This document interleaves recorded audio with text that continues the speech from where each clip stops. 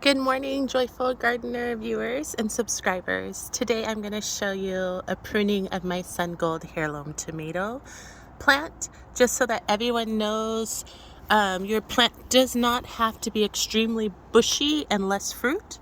So you want more fruit, and you just want the leaves that are going to actually take a lot of energy from the sun. So you don't want so much branching. So the suckers that you can easily remove on any plant, and you want to do this when they're younger. So this one I kind of let it go for some time. As you can see here, this is a sucker. You can go ahead and remove that. As long as there's no fruiting on it already. I don't see any fruits, it's all new growth. Remove that, and your plant will be more air can travel through, which allows for more flowers and fruit, and just a healthier plant overall, not as bushy, so that the sun can actually penetrate the plant and ripen up those tomatoes. Here we have another one. So that's a sucker right there. I'm going to go ahead and remove that. You can see there's no fruit on it. It's young. You want to get them when they're even smaller than that, but that works as well. So we've removed two, and there's another one here. There's a third one. And this one I would love to have removed earlier. I waited too long, but that's okay. We can keep it as a branch because I think, yeah, there's flowers starting right there. See that? So you want to go ahead and leave that alone. It's going to fruit, and this branch is going to be taking in all the energy from the sun, as well as this one. It's just that this one will shade the lower one out just a little bit, but that's okay. And it won't be lopsided. It will eventually have a tomato cage. So I believe this is the indeterminate variety. I'll check on that later and give a video on all my determinate versus indeterminate varieties. The ones that do need to be trellised, you want to trellis them once they start leaning over and the wind starts getting more aggressive in May. And the Bay Area, we do get a lot of wind here in May. Here's another sucker. See that? Just don't want it pulling energy from the plant and energy from all these beautiful flowers. Look at all this flower. I'm going to get a lot of Sun Gold tomatoes here. And they're going to be the heirloom variety, which is even more special. Look at this. Just gorgeous. And see how that is a young one. I don't know if you can see that. So looks like I may have pruned it before and it grew back, or I just never got to it. It's a little one. So there we go.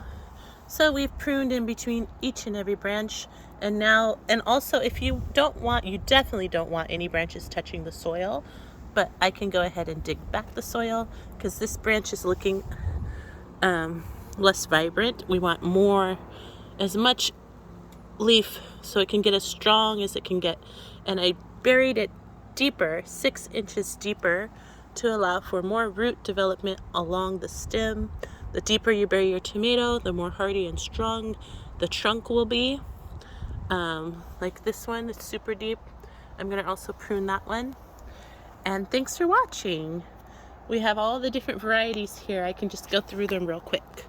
We have Sun Sugar Cherry Tomato here that needs to be pruned back as well. So what I do here, this is the Sun Sugar Cherry Tomato. This is one of my ultimate favorite cherry tomatoes. They're so sweet. You can just eat them right off the vine. You don't really need to, or right off the bush, you don't really need to do much, but they're really good in a salad. It looks like, where are the suckers?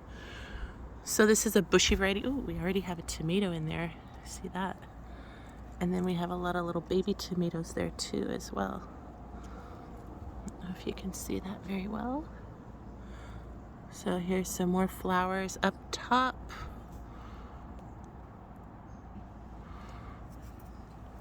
And see what we can do for this plant. This one, it seems more of a dwarf variety.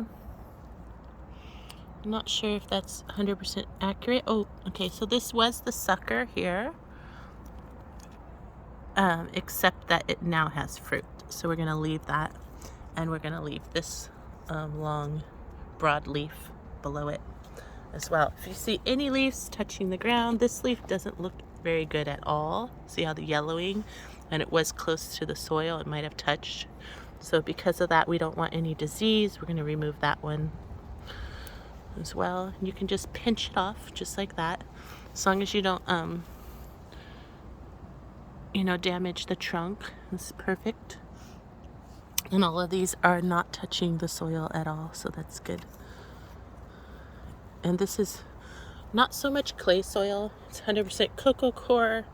There is some soil, there is a little bit of native soil mixed in, but like I only put about 5-8% native soil, and then I also mixed in some organic raised bed mulch that had earthworm castings and alfalfa meal. Oh, see this one touching the ground?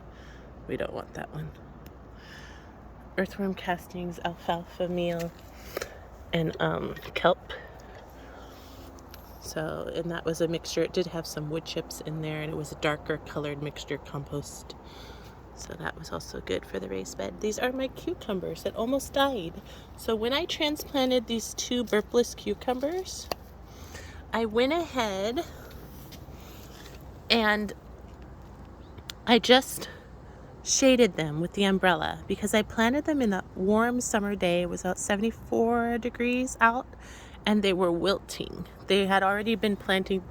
They were a bit late. They had their true leaf already on, which is this one. You can see how big it is. They've only been planted like a few weeks back, and they're already this big. They couldn't wait to get in this raised bed. But basically, these cucumbers, I saved their life this year because normally I just plant everything out and I don't think too much about it. I think they'll be fine if I water them in deeply. Not necessarily. If they are drooping and they look a little sad, you want to shade them with an umbrella. Just keep the heat off of them for at least one day. And that's all I did. For one day, I kept the heat off of them, and they perked right up. They were extremely happy, and I put a sheet over the umbrella as well.